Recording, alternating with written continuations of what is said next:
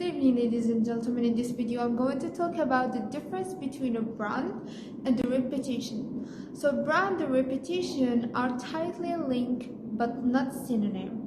I raise this because I seem to be having more and more conversation where the brand projects are being renamed as a reputation projects to make them more palatable internally. That is itself says a lot about what the senior management think brand is and why they believe is not what they need. So it's commonplace to talk about having a brand and having a reputation, but in reality, of course, neither exists as a physical assets, and I expect that this shared intangibility has fueled the belief that they are not in the same things.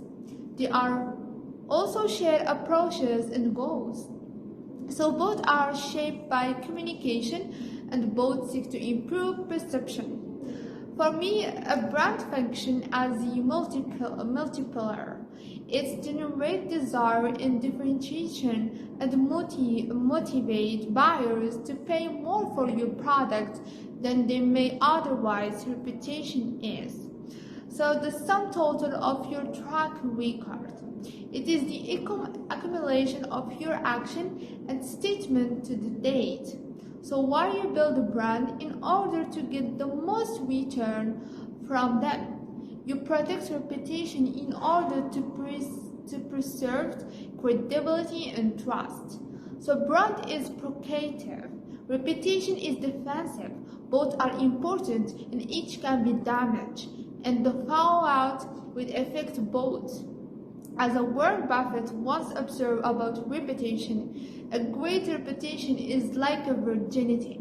It can be perceived but can't be restored. Brand need to be seen as something all the leaders have responsibility for because it's something they drive together.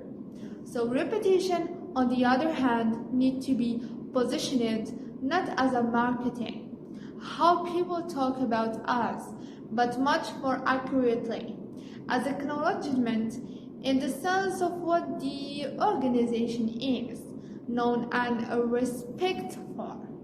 For that to happen, marketing incorporate communication teams and the respective engineers need to spend less time sibling over mandate and more time integrating their strategy and working to educate seniors managers on their joint and collective work as a disciplined team. This doesn't have to be complicated because changes in brand and reputation are often highly correlated. We have a 90%, which is helpless knowledge and advocate a four-step process. 1. We have identified the key attribute for a brand. 2. Identifying the key attribute for reputation. 3. Identifying the key stakeholders. We have a 4. Survey stakeholders regularly and monitor differences in attribute weighting over time to the point potential threats to brand and reputation, to which I would add a final and cruel step. So 5. Teases out correlation to show how reputation is impacting brand, how brand is enhancing reputation, and the effects of both. Growth pattern.